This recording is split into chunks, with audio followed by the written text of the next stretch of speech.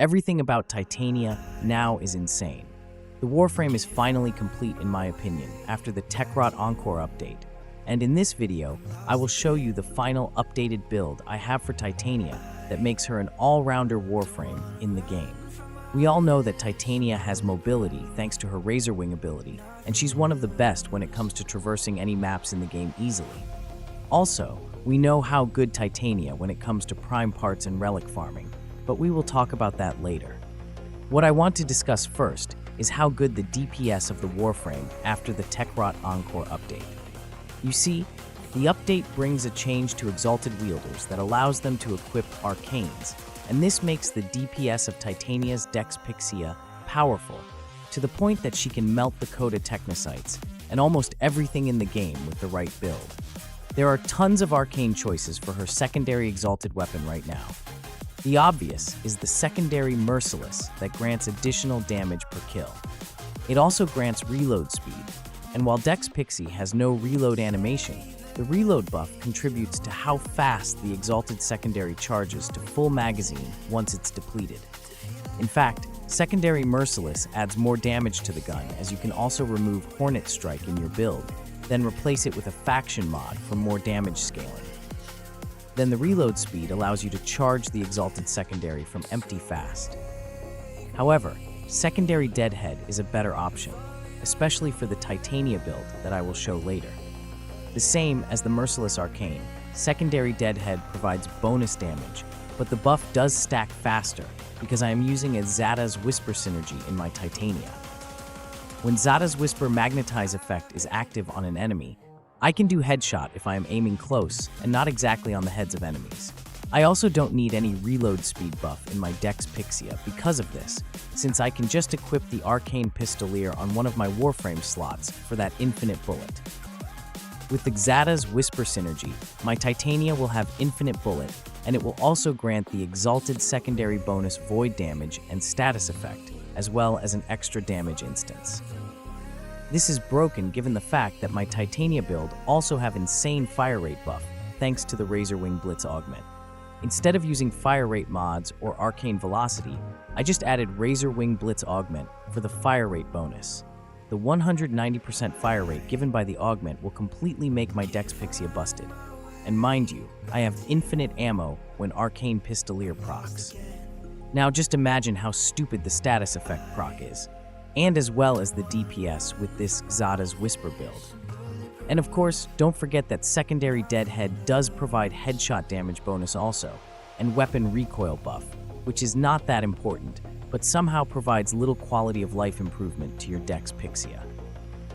Aside from the void and corrosive damage I have on my Dex Pixia build, I also included heat on the mix.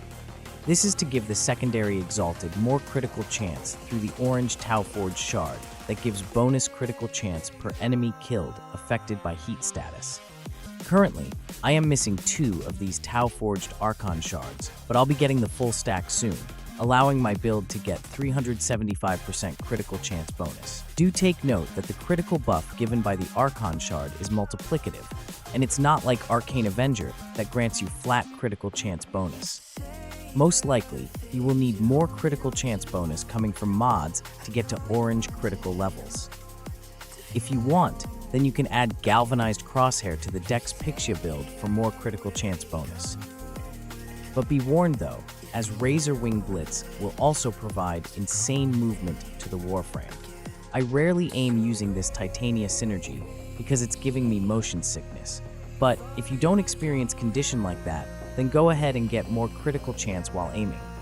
Also, you can add Arcane Avenger in place of Arcane Energize. You can have good energy maintenance still with the help of the Zenurix passive that grants 50% additional energy in 5 seconds. Finally, I would like to mention that I also added Archon Vitality in my Titania build since it allows me to double the heat proc inflicted by Dex Pixia. It does work now, and you'll get 2 heat status per hit instead of the usual one. With the high fire rate plus extra hit from Zada's Whisper, you'll be stacking the heat status effect to enemies, which means you can also use this synergy for your heat inherit builds. The secondary Deadhead plus Zada's Whisper build is already good, but there are other arcane options, especially for those players who like a constant high damage boost. You can also equip the Cascadia Flare for this combo that grants 480% bonus damage. The max stack of this arcane can be easily achieved with my Titania build because of Zada's Whisper, Archon Vitality, and the high fire rate on my secondary Exalted. And of course, there's the option to do more critical hits with the secondary Enervate Arcane. The only problem with this is that when building for critical chance boost with Warframe Arcanes, secondary mods, and the Archon Shards, you'll end up getting constant orange critical hits at max, which makes secondary Enervate useless. The Arcane does give you critical chance boost up until you have dealt 6 orange critical hits.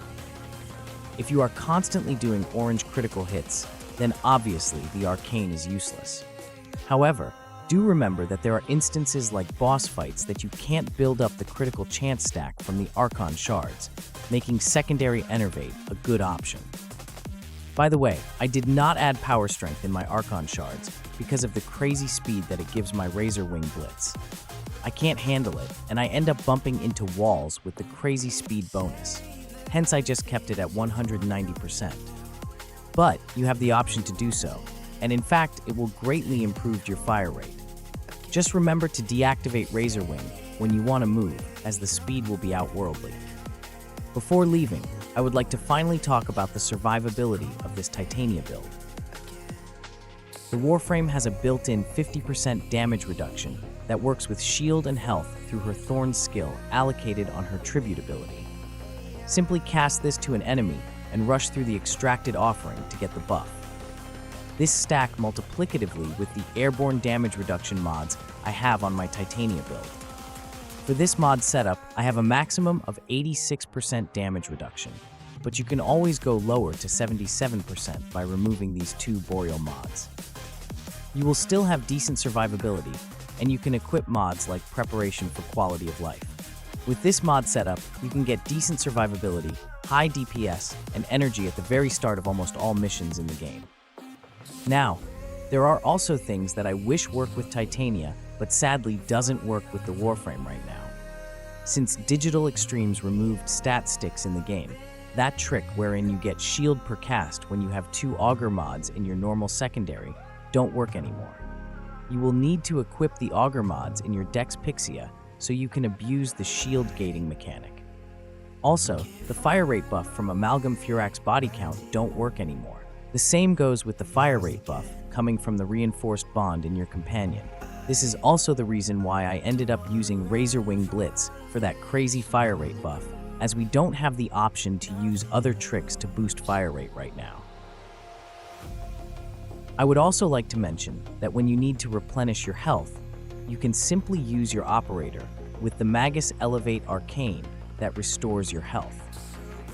You can also use Magus Repair for this Warframe, but remember that there are missions, such as the final battle with the Coda Technocyte, that disable the use of operators during the fight. Most probably, you'll be relying on the Uprising passive of the Warframe that heals when you cast an ability.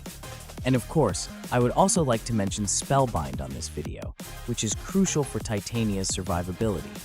When you press and hold this skill, you will gain status immunity, which is really handy to negate knockdowns while on the air, or those nasty toxin or slash status effects. Always make sure that you have Spellbind active, and you'll survive almost any situations with just the damage reduction build I have shown earlier. If you want to use Titania as a prime parts and relic farming Warframe, then here's the Thermal Sunder build I am usually using to farm Void Fissure missions and the capture missions in the Void to farm relics. Just do remember that a farming Titania with Thermal Sunder is not built for Steel Path levels, and this build is best used in the normal star chart. So I think I have included all the details you need to know on how to make Titania broken right now. If I missed something, please feel free to share it in the comment section below. The rest of the video is a showcase on how easy it is to do the final battle with your Coda Technocyte using Titania. And I hope you enjoy the showcase. Thank you so much for watching, and I hope to see you again in my next video.